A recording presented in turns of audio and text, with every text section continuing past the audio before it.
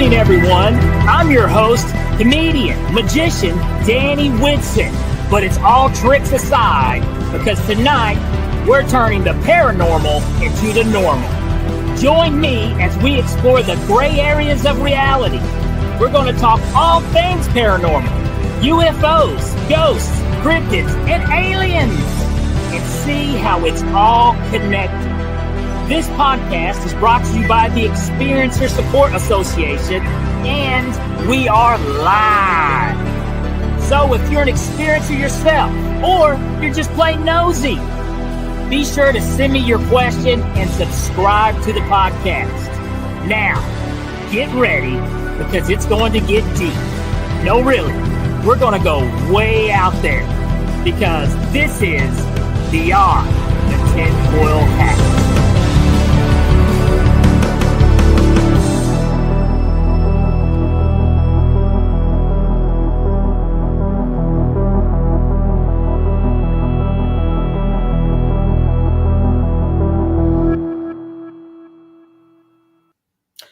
All right, welcome to Beyond the TinFoil Hat, and I'm your host, comedian, magician,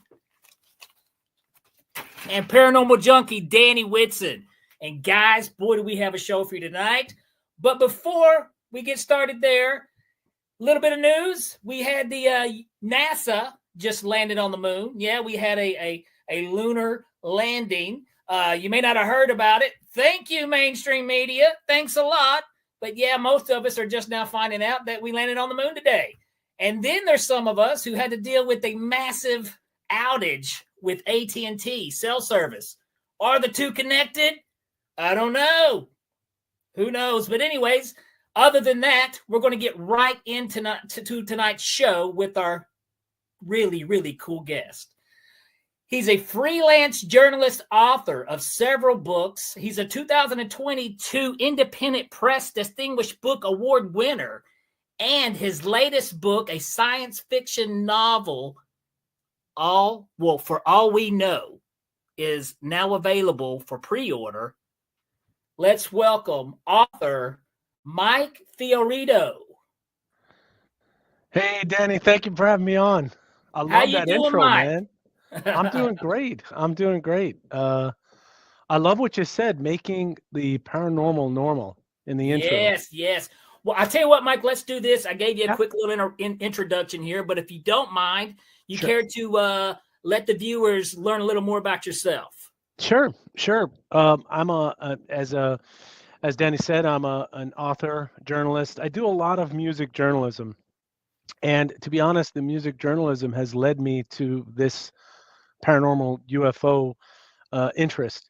I would say I was always very interested, but we'll talk about that in some detail. But I've done a lot of interviews with the guitar player for Greg Allman, Scott Sherrard. You know, I'm sure everyone's heard of the Allman Brothers. Yeah. He was the guitar player and arranger for Greg Allman. And I also did an interview, and that turned into a book with Peter Rowan. And Peter Rowan is a bluegrass legend. Of course, I took a different take on it. The title of the book is called Mescalito Riding His White Horse. And we can talk about that. But I kind of take you on a journey. And to be honest, that book took me on a journey. And I began doing research and reading. And then there were some events that happened about 2017. I think you know what I'm talking about. That really lit a fire and got me interested. And a lot of books experiences and explorations have kind of gotten me to where I am now. I'm deeply interested in the subject. I tend to come at it from I'd say a philosophical point of view. I'm interested in, I'm not interested in the answers. I'm interested in the questions, because I do think we're bound by a big kind of question mark, and we're inside of that.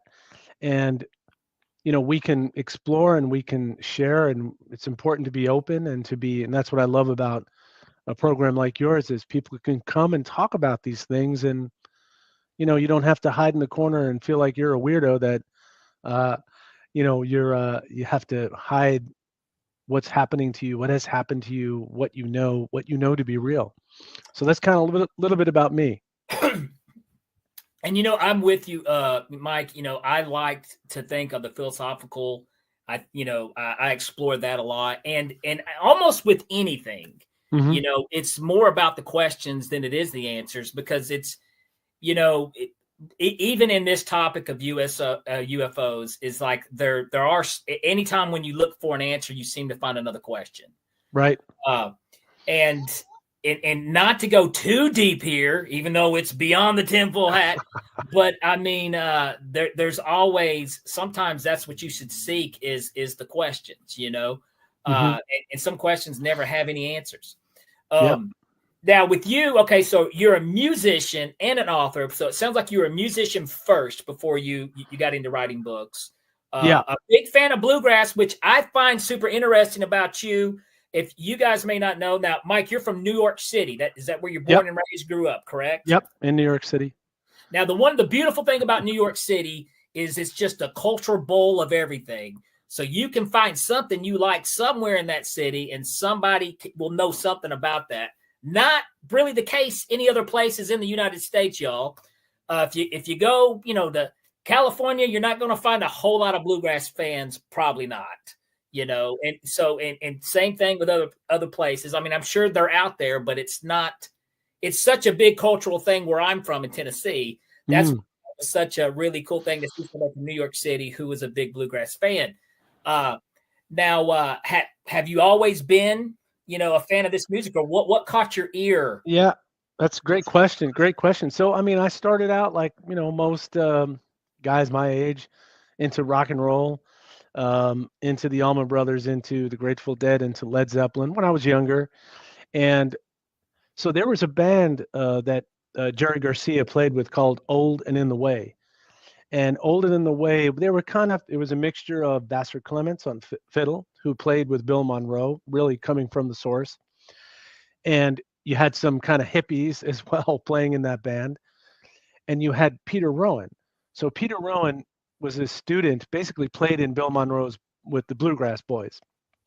And he's now 82 years old. And this group, I would say this group, because of Garcia's popularity, they really projected bluegrass to a whole new audience. So people like me who are in the cities, we heard it. How did we hear bluegrass originally? We heard it like on, to be honest, shows like Hee Haw, which actually had great Right. musicians, had great music, a lot of comedy, and it gets poo-pooed because of some of the portrayals, but man, that was a treasure of culture and music. And so I heard it, but I can't say I knew what it was. I heard this music. It kind of was jamming, fast, really virtuoso type playing. And then as I got older, my brother went to college 2 years ahead of me, and I'm in his dorm, and there's this guy playing this music. I said, "What the hell is that?" And it was real bluegrass music, and it was a guy from Virginia playing it, loudly. Walked over, looked at talked to him, got his record. Then I started listening to the radio. So I became interested early, and I would say because I'm a kind of a I'm a student of and a little bit obsessive, yeah, if you ask my wife, I did a lot of investigation and then digging and learning. And I go back to, I like the old stuff. I like, Bill Monroe. I like the Stanley Brothers. I like the old stuff. I like the new stuff too, Billy Strings and some of the new stuff that's coming Yeah. out. Um, you don't want to be an old fogey, but that's what got me hooked. And I do like other musics as well. I'm a big jazz fan. Um, Oh, yeah. I I interview musicians. So when you interview musicians, people can tell when they don't suffer a fool. And if you don't really know the music and if you're making it up, it's pretty obvious. But if you've done the homework and you're really interested, and you've heard the music, you've listened to it, you've read the liner notes, and you've gone and read other stuff. So that's my bluegrass story. I know I meet people at these festivals and everyone's got one. My uncle, my grandmother, and they're from everywhere. So I started a bluegrass page. It's the Peter Rowan appreciation page. Man, you have people from Japan, people from India, people all over the U.S., of course, Australia, Italy, Slovenia. I mean, it's incredible, and they're fans.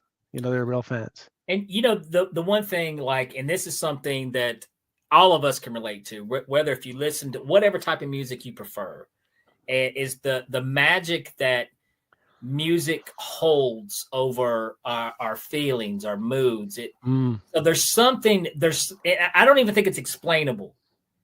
I don't think it's explainable. I mean, it's a natural antidepressant at times. It's a natural, I mean, it's a lot of things. Yeah. And it's something that we create. It's almost, we create here, put it out, and then we reabsorb it. Yeah. Yeah. And I write a lot about that in For All We Know, talk about a question, right? That's a man who doesn't want to commit to an answer. You said it, music is this thing. We don't really know why we do it. I've been researching it, investigating it. We seem to feel, scientists, researchers say that actually music preceded language. Yeah. It was a way, gorillas hum when they eat. They have favorite food songs. When you talk to a baby, I have 2 boys, I would talk to them musically before I actually, could speak to them in language. And you're right. Think of every major event in life: death, marriage, birthdays. It's accompanied, graduations. And what I'm interested in, music is a transportation system. It takes us places. It's a way to traverse the liminal. It's a way to penetrate, like meditation. Yes. And I have found, to me, music is a form of UFO. It's a form of how we access aspects of that broader consciousness. And that's one thing we're really big on kind of like a consciousness type theory. At least I am. I know Ryan Stacy is. To me, I think, and this sounds a little weird, but there's almost 2 types of reality. There's a physical touch reality here, and then there's this conscious reality that exists. It's almost, and I think that's where you get a lot of maybe your UFOs, maybe interdimensional things that's going on. And this is also a way how I feel like we're all connected somehow. There's So, and when you look at stuff like music, other ways that we can connect and portray feelings without even, like you can do something with an instrument and we can both be feeling the same thing. It's a way telepathy, of communication. Exactly. isn't it? It's instant telepathy. And that's really, the ego, our rational mind, is this little tiny little bit. It's funny because it thinks it's running the show. A rational mind, it's like running everything, and I got my job and I got my this, but man, you're just a drop in an ocean of uncertainty and the unknown. Oh, so much unknown. And and don't get me wrong, I love science. I'm a supporter of science. I love astrophysicists. I love that. Yeah. But they only come up, they can only come up with the best guess until they get a better guess. It's a moving target. So technically, whenever you're constantly guessing, and I tell people, we don't know shit. You know what I'm saying? So that's kind of what it boils down to. And but the things, now this is something interesting because I do want to keep this, I do want to keep this in the in the paranormal area because do you think, and let's just throw this quick question out here before we I want to get to your books. But do you think if there are other beings and out there, which I believe they are, I truly do believe, wonder how would they do music? I wonder if this music and art, the way we create it, is this something just strictly something we create, or if other beings, that. Yeah, I mean, think of the movie 2001. Where they communicate, bum, bum, bum, bum, yes, and I think the universe itself is noisy. There's plants make noise, actually. Insects make noise with their rubbing their limbs together. pulsars explode, make noise. There's a lot of the universe is composed of vibrations. Now, music is just another form of vibration. That's true. And so I think that music is right in the pocket of the paranormal. You can have experiences that, and especially, I don't want to push the whole idea of using psychedelics. I don't want to push that necessarily, or cannabis. But if you and these are sacred uh, plants to cultures around the world. So it's not like you're Absolutely. pushing an agenda. But if you consume a cannabis or a psychedelic substance, that very fact of music taking you into, in a way, really an interdimensional experience. You're Absolutely. going into, it's just another way. You could do it via shamanism. You could do it via, it's not really in our culture. You could do it via trance dancing. And you can have encounters and experience. There's something called binaural beats, and it's something that was um, created at the Monroe Institute. So Robert Monroe, he was actually a communications business person. He got interested in doing research on binaural beats. The point of it is that there are two beats going at different timing, and it does something to your mind. And what Robert Monroe had was he would have these extended encounters with another intelligence, with what he deemed a higher intelligence that was giving him information about the purpose of the cosmos. And they would have, and the entity that he interacted with had a sense of humor too, and would kind of crack jokes, but had very profound things to say. Now you could say, is binaural beats music? There's there's there are binaural beats in music, in Pink Floyd, Oh, yeah. Dark Side of the Moon, or drumming. So you hear, they used to have drum circles. People would do Hmm. drum circles, but even trance music, or people go out to dance. It doesn't have to be. That's why I like what you said, making the paranormal normal. There are things that we are parts of our everyday life that we overlook as they're profound opportunities to experience something. Listening to music, um, meditating, breathing, and you can pierce that veil, I believe. Now, there are people that have very profound uh, experiences of uh, the other, of beings that that penetrate this universe. Yeah. Have you heard, Mike? Okay. Um, the first of all, I'm a big fan of kind of like what we're doing now, finally in medicine with Mm. psychedelics to treat Hmm. depression, and I think it's about damn time we finally started, getting smart with stuff. But and it's also very possible, by the way, to have this experience not even using psychedelics. I think deep Yeah. trance meditation you can get Hmm. there. Um, but I've always heard. Now I've never done DMT, but I've always heard people who've done DMT have had a similar experience like these spiritual elves or type Hmm. characters, which I always find so strange that it's people are experiencing the same type of a presence. Yeah. So it almost makes you think, I mean, there's something there. There's something Well, going on. dig it, Danny. There's research going on at John Hopkins, at Berkeley, at NYU. I participated in a research study. They're very interested in people who encounter aliens, have extraterrestrial encounters while on a psychedelic substance. It happens so often. Yeah. It is something, Terrence McKenna, if you've read him, he's Yes. such a nut job, but what a super smart, really funny guy. Yeah. Um, really funny. I saw him speak in Berkeley in 19, I guess about 1990, he had everyone rolling because he's such a raconteur and so funny. But in his book True Hallucinations, he goes deep into that subject that he was using ayahuasca. He was using he was using a lot of stuff. He's done it Amanita all.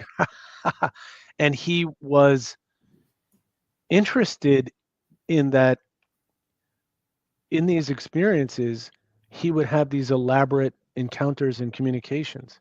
There's one thing that he talks about that this ayahuasca substance, and it relates back to the interdimensional stuff. He said that some of the shamans would consume the ayahuasca and then they'd spit it out, and then this spit they would spread on like a stone, and basically they could manufacture uh, reality. So kind of like a scry, they could see through time, but also they could manufacture. That's something very interesting. I hear these scientists, the mainstream, and by the way, I am very much interested in science. I think science is crucial. I just think that some people make a religion out of science. They do. It, You're it is a exactly it's a moving target. Newton was right until he wasn't. right. When you get to the Exactly. subatomic level, and Exactly. Einstein was right, but he didn't accept the quantum. God plays dice. Yeah, he hated. There was things that people don't realize is don't as brilliant as Einstein was. There was some, and it was proven, and he hated it because it was too paranormal feeling to him. It Hmm. was too unexplained, and so there's things that the God plays dice theory. Hmm. Uh, I'm trying to think of the actual term, but Spookiness at a distance. yes, spookiness at a distance. Something that is happening here happens on the other side. Could happen on the side of the world. A particle, Right. Uh, so all these things have been proven, But there's times whenever Einstein, it felt too crazy. Einstein didn't like it, you know. Right. And you talked about the father of physics. I mean, well, if you know anything about Newton, Newton was a little batshit crazy. So He was an alchemist. He was into he was. alchemy. He Yeah. was. And it's what's interesting is that McKenna was playing with this idea. He was playing with, yes, he was using a substance, but that's just one mode. That's one modality. That's just one way. It's Yeah. one way. It's one way to get your ego out of the way. And when you get your ego out of the way, and you realize that we talked about spookiness at a distance, the interconnectedness of everything, and you can have different names for it. I think the science, when it matures to a different state, will be scientists will be oracles. There will be this kind of confluence of magic, that being able to recreate, to manufacture. That's what that, I forget the guy who created the type civilizations, but a type 3 civilization can engineer A space time. physicist, Russian. Makako, well, he's one of Oh, the guys that he talks about the type of civilizations, and I think right now we're not even at zero. So right, right. We're not even harnessing the power of the sun. yeah, we're I, not even doing that yet. And okay, well, so here's this is very interesting stuff, and a lot of stuff I could talk about this all yeah, day. But let's talk about a little bit you and your writing, because you're yeah. a very creative person. Like I said, you're a musician. When did you start writing? When did you start coming up with these stories and stuff that you feel like you had to talk about? You had to get out there. Yeah, I mean, ever since I didn't come home one night, at 13, I started making stuff up. I think I always was. I'm a storyteller. I think that's what I love to do. I get pleasure out of being able to communicate something in my head to you. And when someone says, "Oh, I read your story or I read your book," and you can tell when it's not your brother and your cousin, and when it's someone you don't know, they're coming at you in a genuine way.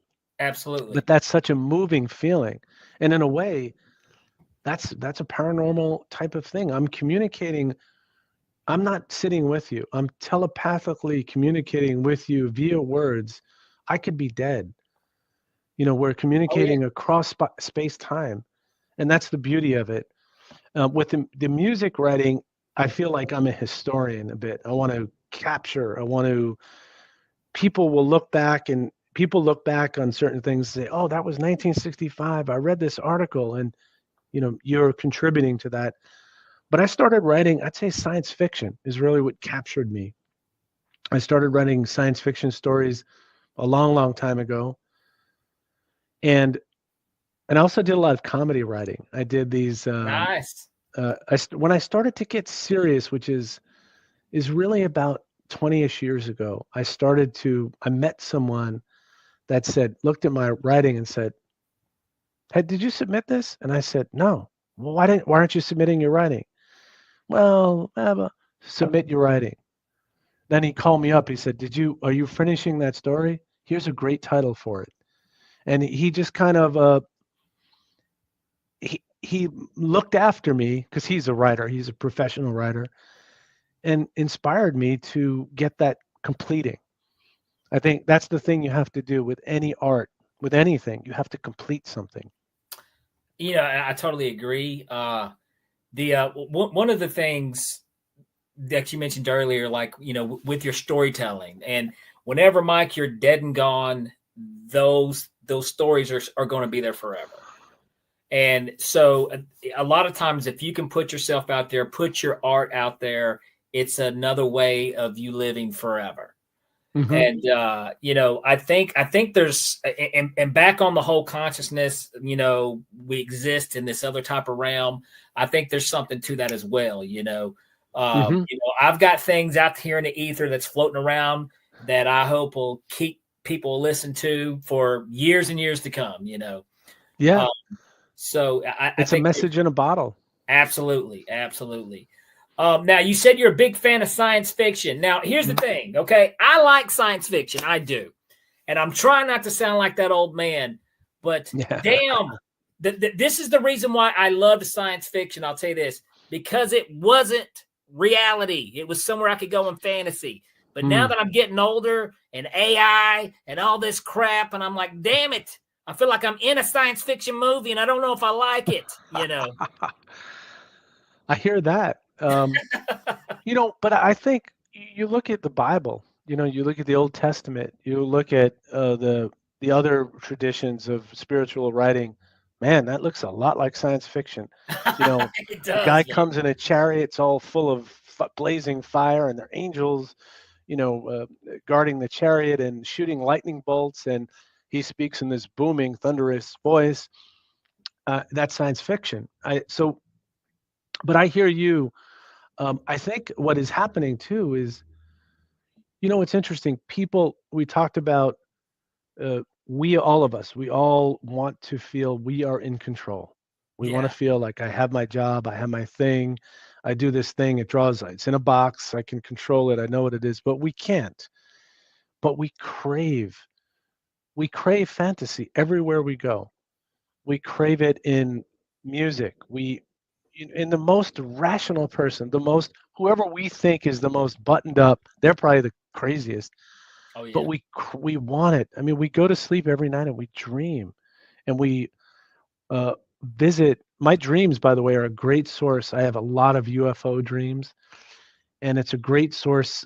I keep a dream journal, and if I read to you randomly some couple of things, they're nutty, but they're also they're a reservoir for ideas.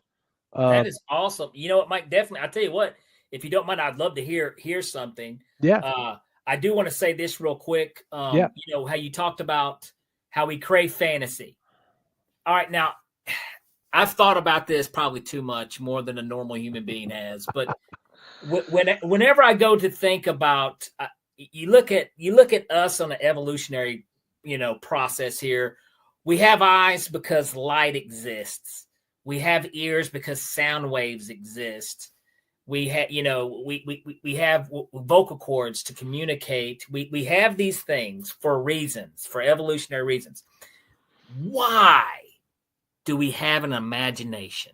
Hmm. Now, here, is it just for pure joy and entertainment and BS? I don't think so. Mm-hmm. I think there's a reason for our imagination.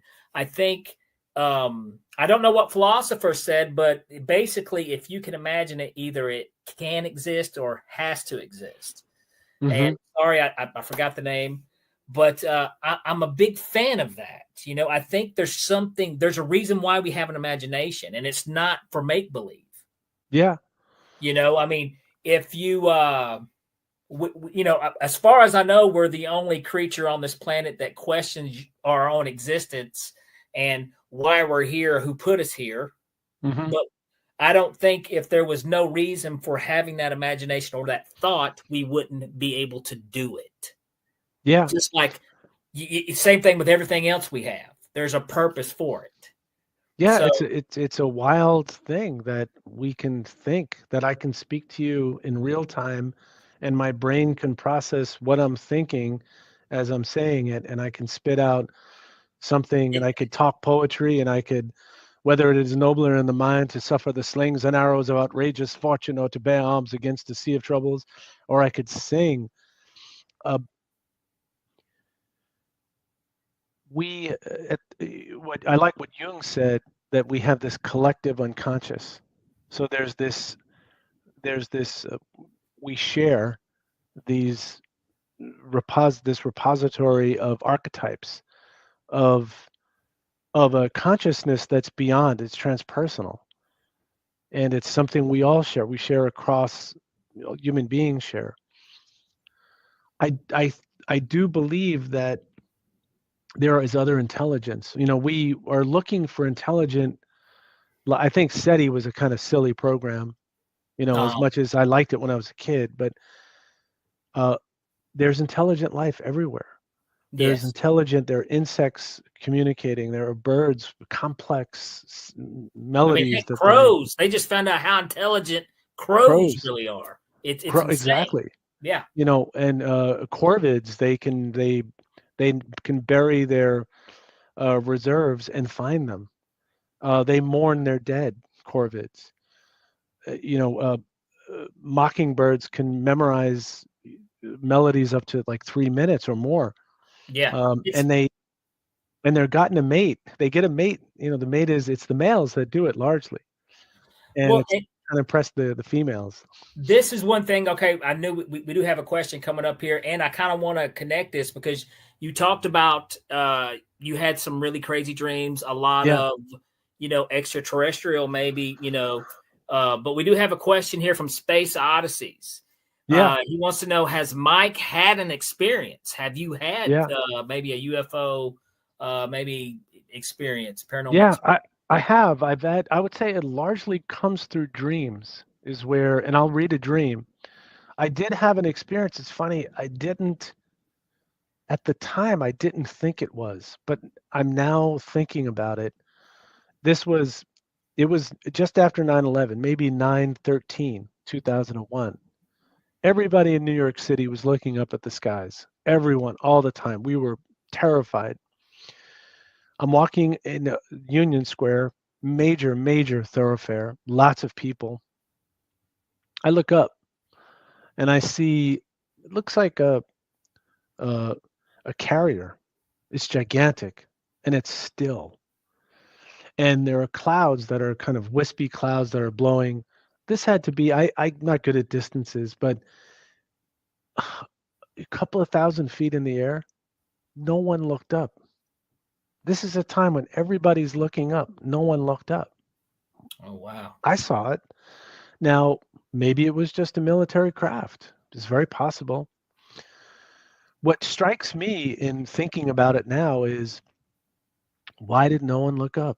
When every time there was an airplane, every time there was, everyone was looking, especially a week after, days after. So I'm going to read, and this is in the book. This is captured in the book. And I think this is just a dream. I literally write them down, and then sometimes they're scribbly, and I dreamt that I saw a space shuttle type spaceship ripping across the sky, but one at a time. there was a string of circular ringed white UFOs shooting across the sky. They were kind of shooting out of this cigar-shaped kind of galaxy that was coming toward me. In addition to UFOs, there was a gigantic pine tree, not standing tall, but sideways, connected to this long trail of UFO ships. It seemed to my dreaming mind that the phenomenon was reflecting my mind back to it. It basically wanted me to see what it thought I wanted to see. So that's just one example of that's one dream example. And we've had guests on here before who believe that's another way that they do communicate with us is through dreams. And this is crazy because the only UFO I've ever seen, the only experience I ever had happened last year, late last year. This was pretty recent. And I was and I had never seen anything before, not even close. I was at a red light, and I just happened to look up, and I saw this. It was almost a cigar cylinder type shape, and it was moving. And the thing that was really weird, it was way too high to be a drone, and kind of too low to be a plane. I mean, you could clearly see the shape of this thing. And the thing that was really unnerving is just how nonchalant it was just going. Like, I don't give a damn who sees me. I'm here. And immediately I almost wrecked, because I'm trying to get my damn phone out. And, oh, my God, I can't believe this is happening. So I even, first thing, Ryan Stacy, this is his baby here. And he's the only UFO guy I know, at the time there. And I was like, Ryan, I saw a UFO. Holy crap, I really saw one, And one thing he brought up, he's like, it's kind of interesting that now, because I have been all about this past year, about everything that's going on right now with the UAPs and whatnot. And then I see it, which to me, it was just kind of odd, you know? So it's almost like to the point to where if your mind is open for it, they will show you. Yep. So, and then I believe, let's see, Live Light. She's got a question. It's not up on the screen, but she said maybe you were the only one with the awareness, the ability to see the frequency or dimension. And I totally agree with stuff like that. Very possible. I mean, there are people that two people are looking up at the sky. One person has an experience, the other doesn't. So there's no like a monolithic way this thing happens. And you talked about you're starting to pay attention. Maybe that's, when I started to pay attention to precognition. So thinking about things before they happen, or telepathic things. Yes. When I started to pay attention to those things, they start to manifest. Someone can say, well, you're crazy. And I would say, no, you're crazy, because you're just living inside. There are so many accounts, and these are people, they're housewives, they're doctors, they're lawyers, they're people that have a lot to lose. Why would they say I saw a UFO or I saw an alien, outside my window and I had this communication? It's across cultures, it's across time, it's a part of what happens. We don't know exactly what they are. I'm not, I think here's something, Danny, that my feeling is there are people see nuts and bolts things, right? And then there's a lot of stuff that happens. It seems to be in your mind. Those two don't have to cancel each other out. No, not at all. It can be both. It could be it's in your mind and it's something penetrating this reality in some way. It's breaking through. Well, and also I always bring this up is like the reality that we see right here. Actually, our brains are constantly hallucinating reality. And exactly. And you know, last week's guest, we had a neurosurgeon on, and we were talking, and basically, what your brain can't make sense of, it makes up. Right. Yeah. So, Or like Whitley Strieber. Whitley which is Strieber so says, wild. yeah, that's interesting. Whitley Strieber says too. So I was listening today. He was at the author of the Impossible Conference. This was a while ago. He was talking, and there was one in his book, Communion. He has these encounters that he describes that. It was actually a letter that came from someone who read the book Communion, and this person who had these elaborate. They seemed like fairies that appeared in this person's home, but the whole family did see them. They saw different kinds of things. But what Whitley said is that we tend to, when we see objects in the world, we look at it and we look at what is it historically. I relate it to what I know in context. Yes. And if I don't, either I make it up or I relate it to something I know. Your brain's, exactly. Trying to make sense of. By the way, the movie Communion scared the hell out of me when I was a kid. But that, and did that take place in New York, upstate New York, somewhere? Yes, yeah. He's lived in New York City, but he had a place upstate New York. He's from Texas, but he's kind of lived around New York. Such a, I think there is a documentary out there that you can check out, and it's a crazy book too. Wasn't that like one of the first bestsellers of the UFO phenomenon, Communion? Speaking of books, though, let's do this real quick. It looks like Space Odysseys. Also, I want to make sure I get your name right. Gary Voorhees. He just pre-ordered For All We Know. So kudos to Gary. Thank you. Thank you so much. I appreciate it. Thank you. But yeah, it's amazing so much we don't know, and so much power that what this thing actually really does, and like I said, we're constantly so the definition of reality is really kind of a blur to begin with. But I think I just found it very interesting once I started to pay attention how much more I've seen. And now this is a big part of my life. Every day I'm, looking at news in the UFO world, what's going on. And the more that I'm starting to discover, it's just, and it's almost, here's the other thing. When you talk about making the the paranormal normal, that's what I'm doing. I'm not freaked out that aliens are real or interdimensional beings are real. They are real. This is a real thing. It's not freaked me out. It hasn't shocked my reality. It's just I've accepted it and with the information that's out there. But let's do this real quick, Mike. We got to cut to a commercial break. As soon as we come back, we'll be back here with Mike Fiorito talking about his new book, For All We Know. Thank you.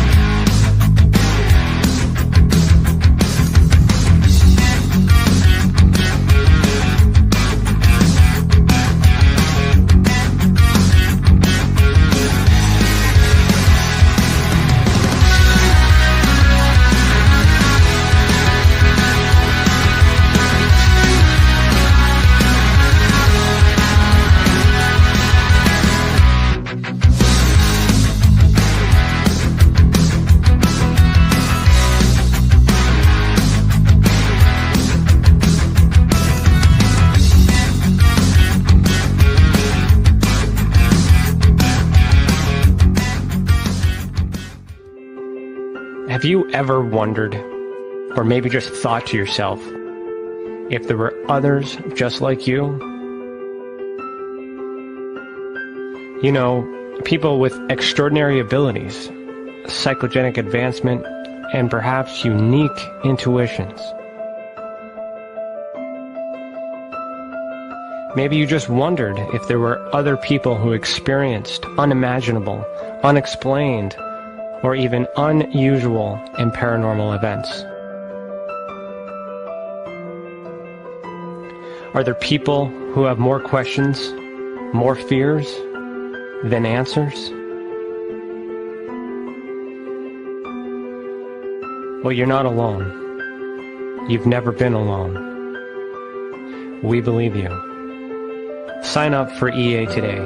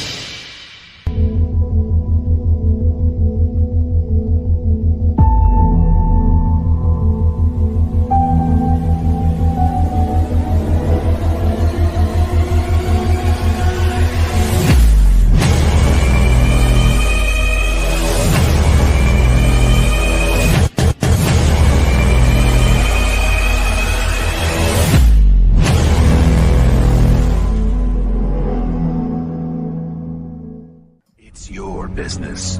It's your property. Your assets are worth protecting. Blacklight Investigative and Surveillance Services specializes in patrolling and inspecting residential or commercial property against fire, theft, vandalism, terrorism, and illegal activity. People and buildings are monitored to prevent crime. Keep your property, your people, and your assets safe from threat. Our elite staff are dual licensed private investigators and security guards. Blacklight Investigative and Surveillance Services. Go to blacklightiss.com.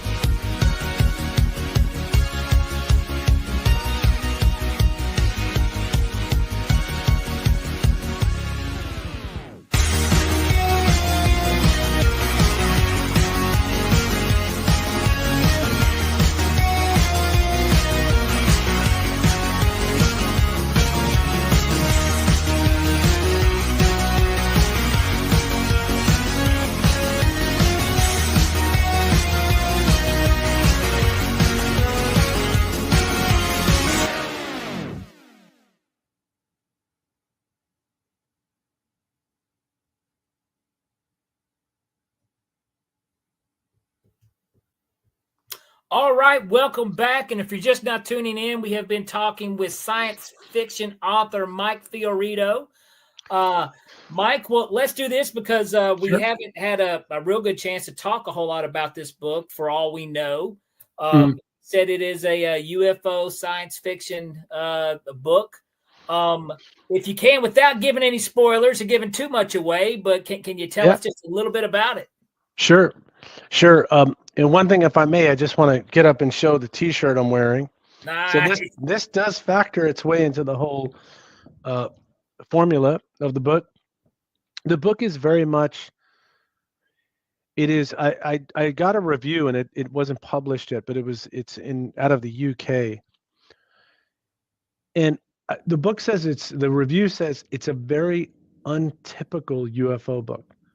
The way I tried to tackle it, Danny, was to not do, mantids and not to, is to make it very normal, is to, I explore, I'm going to read a little section of it. Some of it goes pretty far out, but I wanted to also, near-death This is beyond the tinfoil hat, Mike. So we go out there, baby. Yeah. I also wanted to invite people, because my journey began with the subject. I would say that I wasn't someone that was taking the subject seriously until I had a few things that happened. I read Jeff Kripal's book, The Flip, and that blew my mind wide open. And then a series of things happened. I'd like to talk about them a little bit. But of course, then you had the 2017, the New York Times article and the Tic Tac video, Yes. and then this just keeps coming. There's stuff that keeps coming. One thing I want to say on that topic, I don't know how my feeling about disclosure is the government doesn't know what to say. Or are they going to say, well, there's these things that happen. We don't understand them. They could come from another dimension. I think they're afraid that they're going to freak people out. Or maybe some people would be freaked out. The truth is they don't know what's happening, and no one has the complete knowledge. But there are things that occur. There are anomalies. People have experiences, and they're not crazy. They're real. It is too frequent, too often. And we even have now data from different modalities. We have radar data. We have images. We have testimonials from people that are trained observers. We have scientists that are engaging in this now in an in earnest way. You have guys like Neil deGrasse Tyson. It's funny because I'd like to smack that guy in the face. It's like, he pisses all of us off. And I was such a big fan of Neil, but his arrogance and cockiness against it really gets under my skin a little bit. You have anomalous data. Why don't you go look at it, scientist? Isn't that what you do? So my feeling, and I'm not a scientist. I'm a writer. I consider myself a phenomenologist. I'm into exploring how things work, how consciousness works, how the universe works, how to get outside of my own limitations, my own box. If I may, I'm going to read just a little section. I promise it won't be too long. Oh, let's hear it. One morning, I wake up to the sound of a loud boom. I run to the window in my bedroom. The sky is bright blue. I can't see a single cloud. My eyes fix on a squadron of gigantic metallic spaceships zigzagging across the sky in formation. Outside, looking up alongside my neighbor, I can see that the ships are black triangles enclosed in translucent spheres. The edges of the triangles push up against the spheres. The ships are massive, like mountains or gods. They move effortlessly and without sound. A woman taps me on the shoulder. Do you know why they're here? She has red hair. Her blue eyes are wet with excitement. She might be wild, I think to myself. No, I don't, I reply. But they've come to take over. They've been watching for thousands of years. They know who we are, she says. How do you know this? They've always come to me in dreams. Can I curse, by the way? Absolutely. We fucked up on the planet, and now they want to remove us and secure Earth before we make it uninhabitable. The heavens are exploding, clouds billow and enlarge, bright lights stream down on us. I'm not sure if they're from the spacecraft or what. On the street, it's pandemonium. Cars have stopped. People have gotten out of their cars to gaze into the illuminated skies. We didn't take care of Mother Earth, the woman says. We've been too focused on greed and plundering the bounty we were given. Is this a punishment, I ask? It's a reclamation, she says. I look down and notice that I'm in my underwear. The sky has become pitch black. Lights flicker and blink. Despite what this woman is saying about the end of the world, the whole thing is beautiful. I feel joyous. At least we'll die together, I think. Isn't that the best way for us to go? In one fell swoop? Oh man, I love it. I love it, dude. Okay, one thing that we had talked about earlier, with everything that's going on, and now when did you start writing this? Was this around the 2017 time? Is this kind of what inspired you to write this book? So here's what happened, if I can tell you. So I wrote a book of science fiction stories. I started writing this probably over a year ago, something like that. I wrote a book called Falling from Trees, which is a collection of short stories, science fiction stories. And that was, I lose track of when, but let's say I wrote that book in 2020, because you write a book and then you go through the whole publishing experience, then it finally publishes. So this book was exploring the origins of consciousness, exploring the limits of cosmology. It was kind of these little bitty stories. They're not long stories, and they're kind of thought experiments. This book set in motion a whole series of things that would happen. So then I was looking for new things to kind of trigger new ideas, knock me off my feet. I read Jeff Kripal's book, The Flip. That book really it changed my mind. It really now, I'm not familiar with the book. Is this a UFO? Jeff Kripal is, he's like he's a professor of religion, believe it or not, and he looks at the UFO phenomena, which he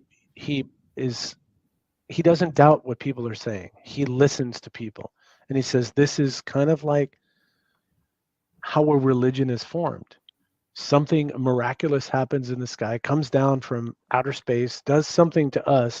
We are puzzled, and we create something sacred out of this. Well, I don't want to get you off on what you're saying. Yeah, sure. But this is something that I would like to, a lot of people, how we're talking about, transparency we need and slow. It's like slowly we're being fed more and more information. And then also I've even told Ryan and some of the folks this, and then also we're being fed bullshit. There's some bullshit thrown in. And sometimes the best way, if it's going too fast, we need to pull it back a little bit. Let's throw some discredited bullshit in there to throw them off, and to kind of keep it going at the speed they want it to go. Now, and I always think, why not just tell us? We can handle it. We can handle it. Well, let's think about this for a minute. Can the world handle it? As Americans, Canadians? Yes, I think we can handle it, but I think there's some other places in the world that are so dominant with their religion and their culture. This could trigger something really. There's a possibility this could trigger just a ginormous world war. It could. Yeah. I do see why. Maybe the process that the way things are going, the way they're going. And also there's the economy. There's if we have if we've got this type of energy that we can travel, if we know anything about this, your big oil companies will be broke, and we know how they run things. But there's a lot of these things there, and on the religion, like you was talking about the guy, I think there would be a lot of problems if it just all of a sudden happened. I think so. I think there are a lot of corporations that are very much invested in us doing the status quo. They're very much invested in us. For instance, I talk about in this book, and the factor is very large in the book, because I think it is connected to the UFO experience, is the awakening to the world we live in. And to the sacredness of the world we live in, to the sacredness to the people around us, the sacredness to life, the beauty of trees and the oceans, the sovereignty of rivers and the sky, to be, have a clean, non-polluted sky and clean soil. This goes very much against the powers that be that want us to keep chugging along, to keep sucking down on whatever. It's all greed. I think the UFO, for me, and where I resonate and connect, is it's a spiritual path. It's a spiritual journey. And it's also kind of cognitive, that it shows me that we are all connected, and absolutely. We don't know exactly